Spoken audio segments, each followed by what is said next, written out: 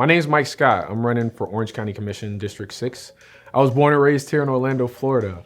I think the important thing about being civically engaged is knowing your community. When you look at what's important to someone, you look at their time, you look at what they do with their money, and that'll tell you what's important to them. And if you look at my time, I've spent time working with the Boy Scouts with a number of organizations in Orlando, mentoring and helping people through their barriers, through their struggles. Working in city government, specifically in the nonprofit sector, I've had the opportunity to engage nonprofits on a level that they weren't engaged before. We're talking about funding, we're talking about capacity building, helping them really grow from those small grassroots organizations to those larger organizations that have impact on whole regions, not just a city or a county, but entire regions. I've worked for the federal government dealing with terrorism after 9/11, but also being a part of the armed forces, being in the Air Force, serving on a number of humanitarian aid missions. Infrastructure is the backbone for anything, any operation. It's like the railroad train tracks to get you from point A to point B. If you're talking about an example that we all can relate to and understand, you look at Hurricane Ian and just the past hurricanes, and you had several people who lost their homes and lost everything. That's what I'm talking about when we talk about infrastructure. Letting people know, hey, we understand there's a problem. This is the fix. This is when we're going to fix it. This is what we're going to do in the interim to make sure that you are engaged, to make sure that if there is something that we can do right now as a small measure, this is what we're going to do right now, but this is what we're going to do long term. That also underscores the importance of why we should be engaged. Why we should be talking about the residents to make sure that what we plan for them is actually what they need.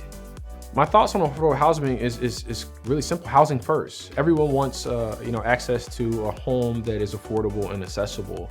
Here locally in Orange County, we have a shortage of about 50 to 50,000 housing units, and that's why the price is so high.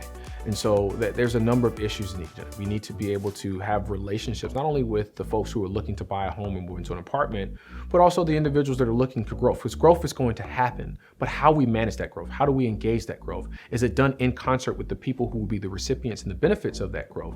And for me, I think it really is looking at our processes in government, figuring out what is that 1, 2, 3, or 1, 2, 3, 4, 5, 6 step to accomplish a project from permitting to brick and mortar to ribbon cutting. And so when you're talking about affordable housing, it is the continual conversation. It is the engagement in business and not only business, but those individuals, so that business and the individuals seeking the home have those conversations. So you build something or you bring something to me that I need.